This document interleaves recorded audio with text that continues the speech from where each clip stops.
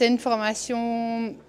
concrète qui, je trouve qu'elle est très positive pour les enseignants. Elle nous rend légitimes parce qu'on l'a construit ensemble au niveau du contenu avec des formateurs qui sont à notre écoute disponibles pour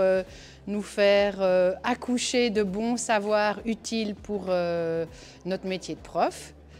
Et j'encourage vraiment tous les profs à rentrer dans cette problématique parce que tout ce qu'on peut vivre peut être intégré dans la CAP et peut servir de levier pour mettre en place quelque chose.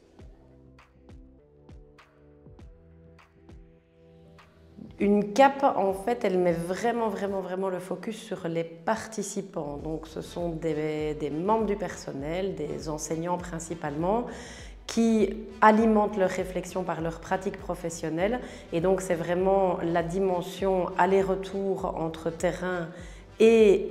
analyse de ce qui se passe sur le terrain qui nourrit une CAP. Et donc, l'atout principal de la CAP, c'est justement qu'on laisse aux enseignants un moment de recul par rapport à leur pratique pour pouvoir vraiment réfléchir à leur propre pratique, échanger surtout aussi, puisqu'on est en interréseau, ça veut dire que ce sont des personnes avec des horizons tout à fait différents. Mais c'est surtout prendre le temps de la distanciation, pouvoir après retourner sur le terrain avec du concret, mais en même temps alimenté par la réflexion, par les apports scientifiques, etc. Donc les participants se sont inscrits sur base volontaire, ça c'est une chose importante à souligner. De façon très pratique, c'est organisé sur 4 journées. Il y a 3 journées en présentiel et 2 demi-journées en distanciel, s'alternant les unes et les autres, à peu près à 1 mois de distance à chaque fois,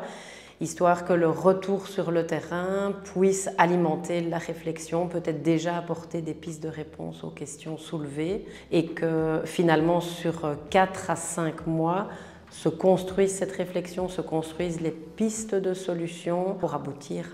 à ce fameux produit fini.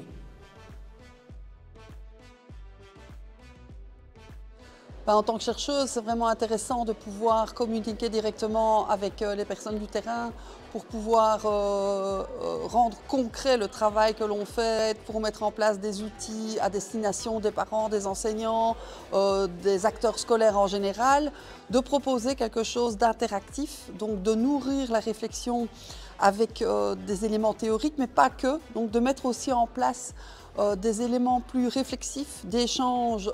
entre les participants. Notre objectif est d'arriver à un outil concret qui va essayer de mettre en relation les différentes réflexions pour pouvoir vraiment en faire quelque chose pour les enseignants, mais aussi les parents, les élèves, donc vraiment au sens large, mettre nos travaux au service de la communauté scolaire.